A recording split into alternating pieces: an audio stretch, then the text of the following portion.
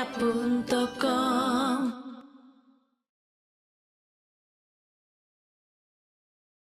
Ambos se llamaban James porque sus padres adoptivos, sin conocerse de nada, a miles de kilómetros le habían puesto a los dos James. Ambos vivían con un hermano adoptivo que habían adoptado sus padres, que se llamaba Larry, los dos exactamente igual.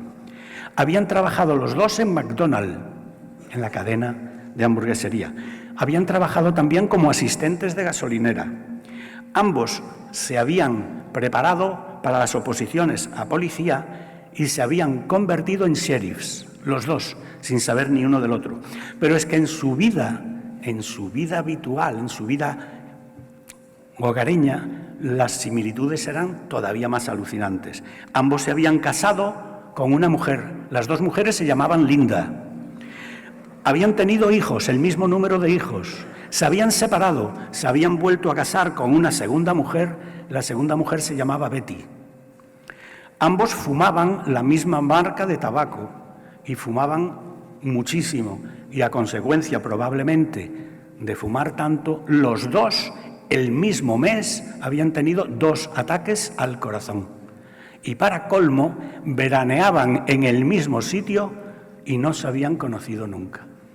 Y así podríamos seguir hablando de montones de gemelos, como estos gemelos, los gemelos Jacques y Jet, que se conocieron los dos hermanos y las dos hermanas en un concierto, ¿sí? Se casaron, tuvieron una vida paralela, habían tenido una vida paralela, tuvieron hijos que también eran gemelos, en fin, algo tremendo. Bueno, pues la comunicación es exhaustiva. Yo tengo un caso de mi experiencia propia de gemelos que es alucinante. Eran 2 niñas gemelas, 2 alumnas que yo tenía gemelas, ya de 18, 19 años, y bueno, eran gemelas univitelinas y lo que le pasaba a una le pasaba a otra.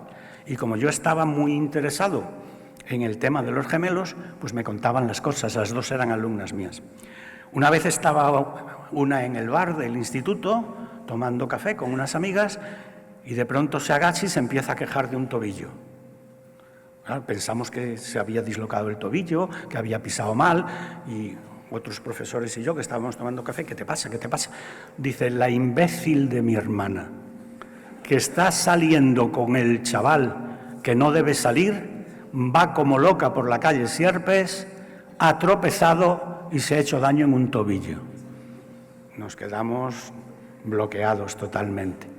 Pero es que curiosamente era verdad.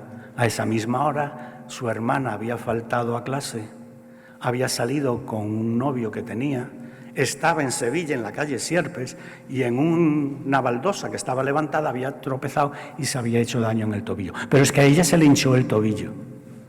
Se le hinchó el tobillo.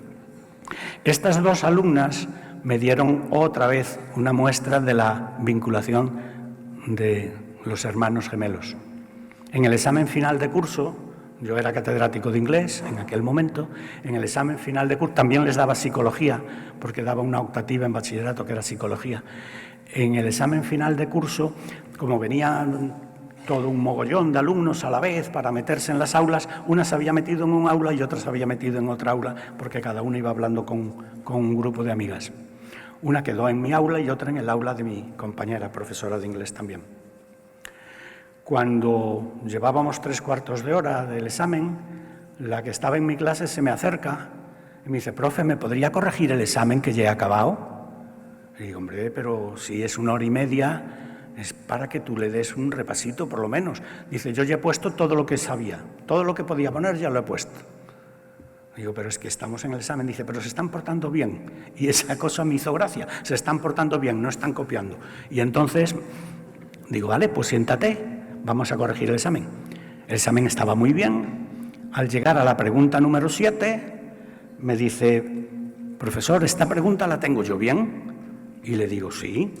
Y dice, anda, pues mi hermana la tiene mal. Y le digo, pero tú, lo primero que yo pensé es, bueno, esta chiquita sabe que su hermana la tiene mal porque estudian juntas y a lo mejor sobre esta regla de inglés una opinaba una cosa, otra opinaba otra cosa, y bueno, ella sabe que la tiene mal porque habían hablado del tema. Digo, ¿cómo lo sabes? Dice, no sé, profe, pero la tiene mal. Seguimos corrigiendo el examen, tenía un 8,75, muy buena nota, acaba el examen y dice, ¡uf, profe! Mi hermana ha corregido la pregunta y ya la tiene bien. Yo me quedé totalmente asombrado. De hecho, el primer alumno que acabó un examen, aparte de ella, le dije que fuera a la clase de la compañera, que recogiera los exámenes, pero que no se moviera nadie de allí. Cuando yo acabé el examen, fui a la clase de la compañera y dije, déjame ver el examen de esta chica. Y me dice ella lo primero, ¿qué? ¿Ha copiado, no? Pensando que es que me había enterado que había copiado. Digo, que va, no ha copiado, déjame ver el examen. Veo el examen, llego a la pregunta número 7, estaba mal, tachada y corregida y bien. ¿Cómo lo sabían? Pues ellas no saben cómo lo saben, pero lo saben. Hay una interconexión que llega a un nivel físico y como eso podría seguirles contando ejemplos. Pero no solo son las personas con las personas, sino las personas con los animales. Se han hecho experimentos de un cazador y un perro que cazan habitualmente juntos y que en un momento dado se separa el cazador y el perro para hacer el siguiente experimento. El cazador entra en un laboratorio de una facultad, en una sala donde se están proyectando escenas de caza. Y se le dice al cazador que cada vez que vea una perdiz que sale al aire, dispare. Y entonces, si le acierta, si le da, la perdiz cae al suelo. Pues se demuestra que en el mismo momento en que el cazador dispara y cobra pieza, el perro que está a lo mejor a 20 kilómetros en un campo sale corriendo a buscar a la perdiz que teóricamente ha caído. Si el cazador no acierta en el disparo, el perro ni se mueve. Telepatía entre personas y animales. ¿Cómo sabe un perro que me han regalado unos familiares que vienen de Alemania las órdenes que yo le doy y las cumple? Si no sabe español. ¿O cómo sabe un perro una orden o un pensamiento mental que yo tengo y antes de tener ese pensamiento mental, antes de darle la orden, el perro ya lo está realizando? Pues miren ustedes, ahí está otra muestra. Las plantas, aquí tenemos a Cliff Buster. Cliff Buster era un agente de la CIA, fue el inventor del detector de mentiras. Y cuando él estaba trabajando con el detector de mentiras, esta es una de las máquinas primitivas del detector de mentiras, tenía un filodendro en el despacho y se le ocurrió probar si la planta sufría.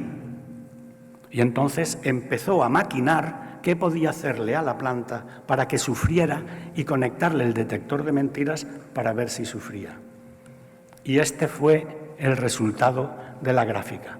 En este momento empieza a contemplar la manera en la cual él puede amenazar a la planta. La planta está con una vibración normal. Aquí tiene el primer pensamiento de obtener una cerilla para quemar una hoja a la planta, y la planta tiembla. Da ese tono que es de terror, semejante al terror humano. Se va de la habitación para buscar una cerilla y la planta sigue temblando.